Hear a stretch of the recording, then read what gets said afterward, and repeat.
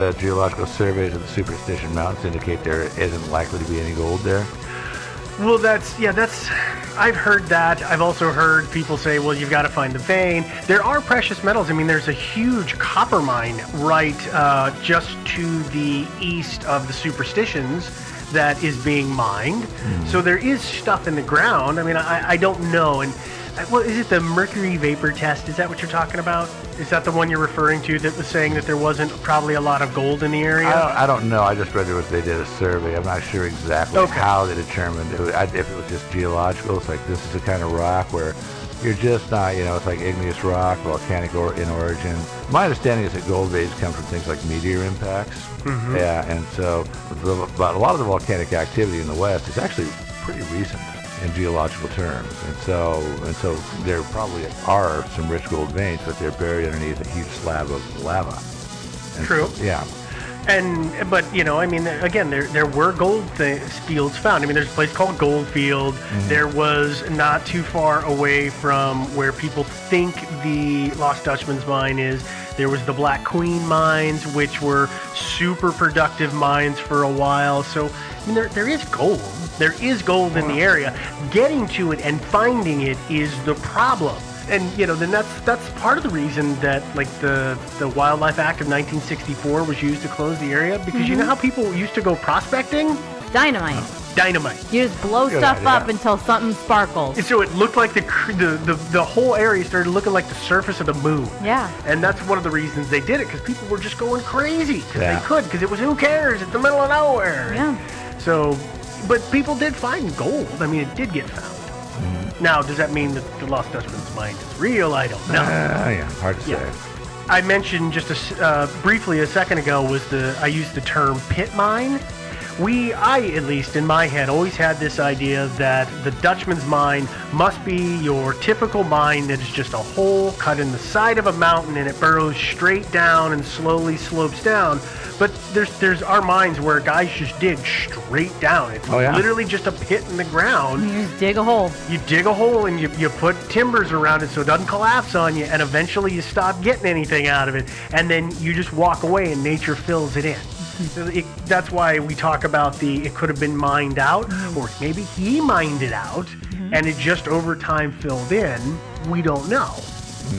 I don't know how often they fill in. They fill in with dead bodies because people keep falling into. Yeah. Well, actually, the landscape in the area has changed in the last 100 years. Not just because of bozos out there with dynamite, but there have been earthquakes. I think there have been a half dozen strong earthquakes in the last 100 years, enough that that'll collapse your mine shaft. Collapse a mine shaft, cause rock slides. So it could be that the pit was filled in with material, or the entrance collapsed, or it was covered in a rock slide. And these are things that very easily could have happened, and so that's why we don't see anything. Everybody's like, oh, well, that's obviously just a bunch of stuff that's sloughed off. It can't be behind that. You just keep going. Yeah. I don't know. It's a total guess. I do want to say, as a public service announcement here, that if you do decide to go out and mine for the Lost Dutchman on your own, you want to go Dutching, because that's what it's called. Give me your car keys first. I'll look after them. I want you need to get a guide. You need to take the right provisions, because it is very easy to get lost and to suffer great injury, if not die. If you really want to do this, you can actually join the Lost Dutchman's Mining Association, and for a small fee of just under $5,000, they'll let you go to their site, which is right near where they say the Lost Dutchman's mine is, and you can dig for gold there. Yeah. I think that's probably a better way to invest your money. I agree. Smart. And $5,000 one-time fee, or $5,000 Oh, that's if year? you pay all up at once. They've got payment plans. Oh, okay. You can spread it out as long as you want. You don't get the discounts if you don't pay up front. Yeah. Okay. I mean, I guess, for me, one of the things is it's all circled around the needle, right? Weaver's needle. It's Weaver's needle. It's all Weaver's needle. But I've been hiking before. You have been? I have. What's it like? It's cool. Yeah. And we live near the Cascades, so you go in the Cascades, and you can tell the difference between that's the mountain, and this is all of the other littler mountains, cones, things around it.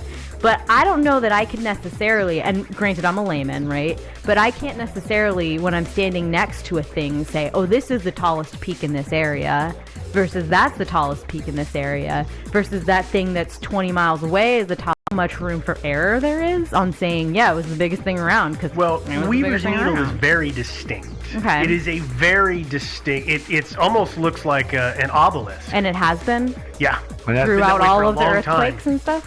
And you know, it might just be one of these things. That's like the guy who's looking under the street light for his car keys, even though he didn't drop them there. Mm-hmm. You know, it's kind of like that. Weaver's Needle is such a distinctive landmark that how could you leave it out of your story? You know, right. It's great. Wow, this is this fabulous landmark that's easy to find. Everybody knows what it is. Very recognizable. Yeah. Yeah. I mean, so not surprising. I guess. But that sort of leads me towards the fake part of things, I guess. Okay. Well, yeah. Yeah. Although for me, if I'm trying to hide a mine and people are really pushing me for info and give saying, them a little bit of disinformation. Yeah, especially if this is the sort of situation where I've got a mine and I just want a line of credit for a couple drinks, and they're like, okay, Joe, I'll pour you another drink if you give me like one hint as to where your mine is. And you say, it's near Weaver's Needle. Yeah. And they'll go, oh, okay, yeah, I know where that is. Okay, cool. Here's your thing. Here's your whiskey. Yeah, versus saying, you know that fourth biggest peak on the east side? Yeah, there's that. It's there. It's that area. I mean, that's not what you're going to say. Right. You might know in your brain that's where it is, but I think, especially if you're trying to sell maps, like Julia Thompson, you're just going to say it's there. Yeah. But I think it exists. You do? I do. Okay. I would like to think it does, but I also have a feeling that if it did, it's been cleaned out long ago, and it's just it's a story. Possible. As always, it's the story is snowballed, and the mine is now in tellings much greater than it ever was in actuality. Oh yeah. Yeah.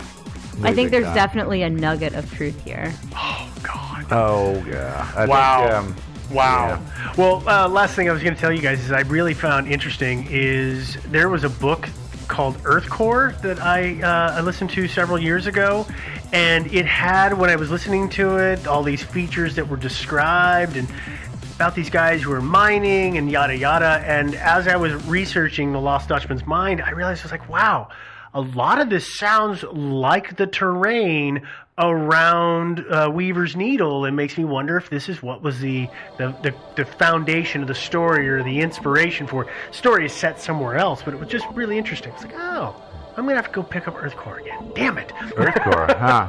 And find out if that's it. Yeah. Yeah, I'm kind of tending to think that if I found a great vein of gold and I'm going into town and people are asking me about it, I would send them totally in the wrong direction. So there might be a lost mine or a great vein of gold, but it's probably not in the superstitions at all. Because well, that's the same. It's right along the same thing as what Devin was saying. Yeah, you might walk out towards Weaver's Needle, knowing that you can easily ditch the guys that are following you, and then hang a right and start heading east to your real site. Yeah, which is not even in the mountains at all. Which is not even there. Right. Yeah, exactly. Exactly. Yeah, it's and so I'm thinking that probably it might have been a rich vein somewhere, but not in the Superstition Mountains. Yeah. I don't know. It's hard to say. I mean, like I said, there are mines right in that area, right around where everybody thinks it, and I think that's part of why the legend is so solid and built in, is just because there was actual productive mines. Well, it's a cool legend. I mean, I've enjoyed reading about this one since I was a kid. Yeah. It's been around a long time. It has, and I think we've probably sunk enough time into this one, so let's go ahead. Devin started it. Let's go ahead. I did not. So we should probably go ahead and give everybody their favorite bit of information, because I know nuggets of information. Yeah, she already used that one. You got to come up with something better. You're mining for something now. Oh. That was just as bad.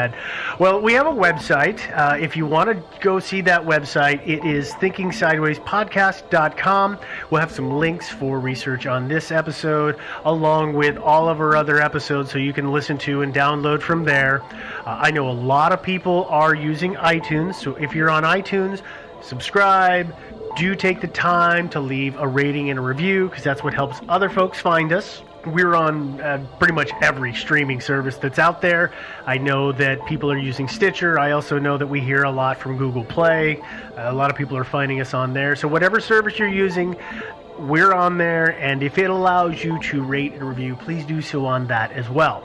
We're on social media, so we have multiple accounts. We are on Facebook, where we have a Facebook page and a Facebook group. So you have to join the group, but there's always good stuff and fun discussions going on in there. We are on Twitter. We are Thinking Sideways without the G in the middle, because there's that character limit thing on Twitter. Yeah. Just like what you can tweet. The names are abbreviated as well. Precisely. Where Devin sends out weird stuff and confuses people, and it's quite entertaining. I keep making jokes and nobody's getting them anymore. So. Yeah, they're falling flat. They're not I'll set up a fake account and I'll pretend to get them. Thanks, Joe. Yeah. We are also on Reddit, so we have a subreddit which is Thinking Sideways, and I've been noticing a lot more stuff coming through Reddit lately. So There is more. It's picking up a little bit. Yeah, it's taken some time. If you want to go ahead and get a hold of us, you can do so through our email account. So if you have a question, you have a concern, you want to share a story, you just want to chat, you send us that email at thinkingsidewayspodcast@gmail.com. Do be aware we get a lot of emails, so these days we're typically a little bit behind, but we're still Couple working. days. We're still trying to get to everybody as best we can.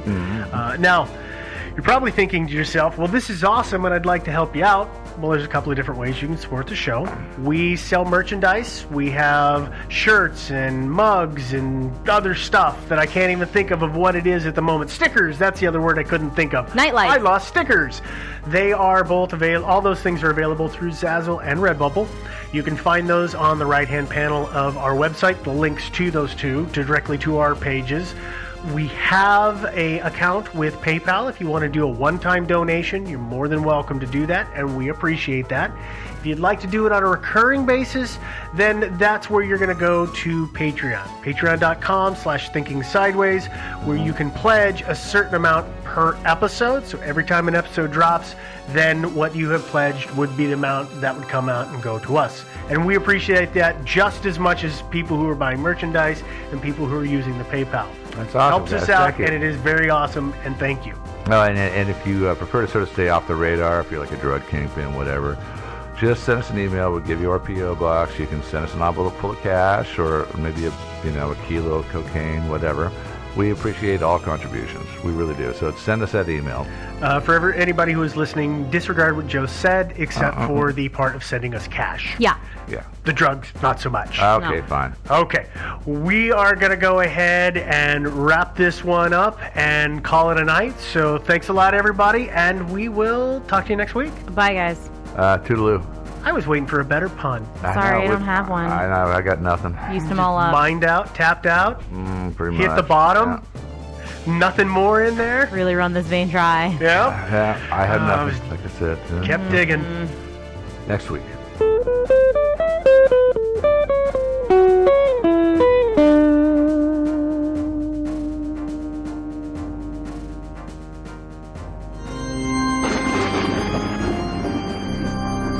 Thinking sideways. I don't understand. You never know.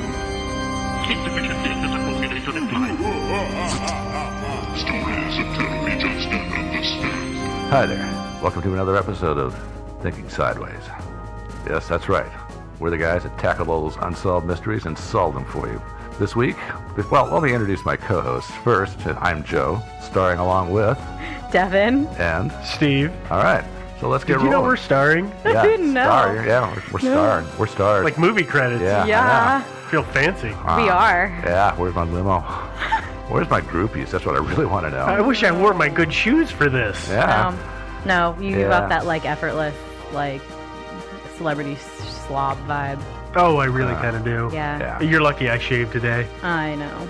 It's been a week. I know. It's been about a week for me too, actually. Okay, let's get into this thing. So this week, in honor again of the month of October and Halloween, we're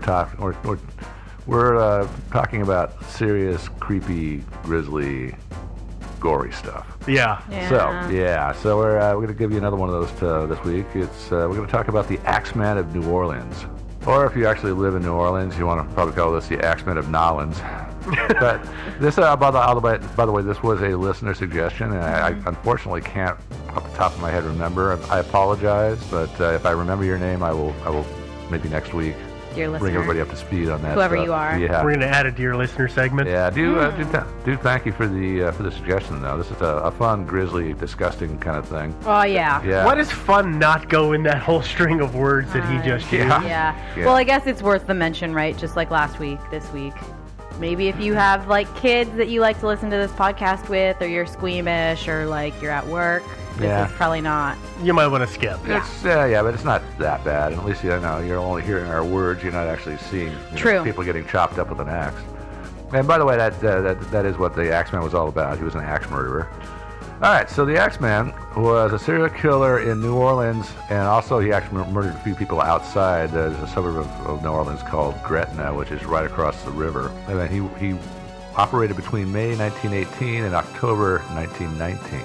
So just like a year, kind of. A year and a half. Basically, yeah. Year and a half before. And apparently a police detective at the time these were going on tried to connect them to some murders that took place earlier on, about 1911, 1912.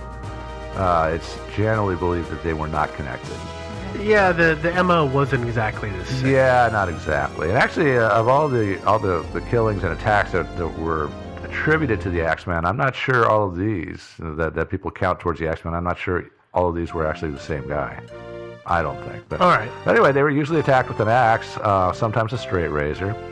One account of the last murder, which is Mike Pepitone, he was killed in October 1919, says that he was not beaten to death with an axe, but he was beaten to death with a pipe. Often the weapon was laying around. They would have, obviously, a lot of people heated their homes with wood in those days, and so people would have hatchets and axes laying around. So he would break into the house, grab an axe, and go to town.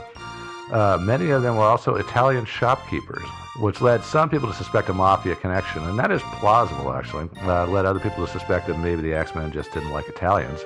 Also plausible. Yeah, possible. Yeah, as an Italian person, I feel like, especially in those days. Yeah, not everybody likes pepperoni pizzas, so it's understandable. They're crazy, but not everybody does. Yeah. He generally entered the homes by chiseling out a panel. Like you know what a frame and panel door looks like when you've got multiple panels in it. He would take a chisel out a panel, and I'm not sure how he managed to do this stealthily. You would think that would wake people up inside. Let me just clarify, because this was something that it wasn't exactly positive that I got, but I thought I did. So when you say a panel, so let's say I buy a new door at Home Depot, and they call it a 6-panel door, which means there's the big thick wood frame, and then there's 6 thin panels inset into the door. So let's say the door is like 1.5 inches, and they drop to a 1/2 inch depth. And there's those panels that make kind of that pattern. Rectangles? Is that what it's called? Yeah, the rectangles that are in a door. That's the panel, right? Yeah, I have some pictures here of some of the doors that were actually chiseled open. So you can get an idea. I'll hold it up. That's exactly what I was talking about. Yeah. It is one of those, because old doors now aren't made of actual wood. They're formed out of sawdust, press wood basically, but old doors... Some of them, even today, you can get a wood door. Yeah, but old doors, it was a solid frame on the exterior, and then it was pieces inset, and then inside of that were smaller, thinner wooden panels. And those smaller, thinner wooden panels would have had the framing around them, kind of like you see in older windows. So you'll see the beveled edges that actually hold the glass in. Yeah, the molding. And so what you're saying is that he was chiseling that molding away to then be able to pull that piece of wood out to reach into the door. Is that correct? Yeah, and that's what I would suspect, is that he got once he had an opening, he could reach inside and unlock the door from the inside. That's just such a... Okay. Some people will actually theorize that the Axeman was a midget or a dwarf. Because they thought, well, how could a full size person fit through that small hole? And you guys saw how small those holes were. Yeah, I don't think like 6 or 12 inches at the best. Yeah, I don't think a person.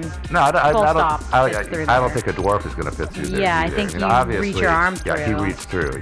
But so that's kind of a silly idea. But he often he would pull the panel out, leave it there, sitting there with the chisel, which makes me wonder, why didn't the cops check out the records to see who charged a dozen chisels to his MasterCard?